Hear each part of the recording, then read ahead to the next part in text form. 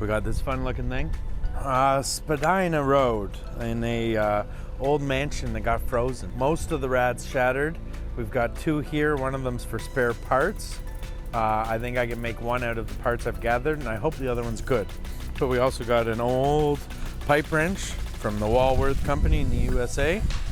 And we've got this fancy looking, what I assume is a press for binding books.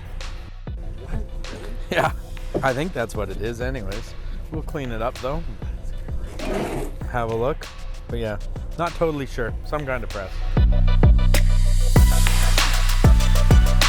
Big crack in the end section here where it froze and split.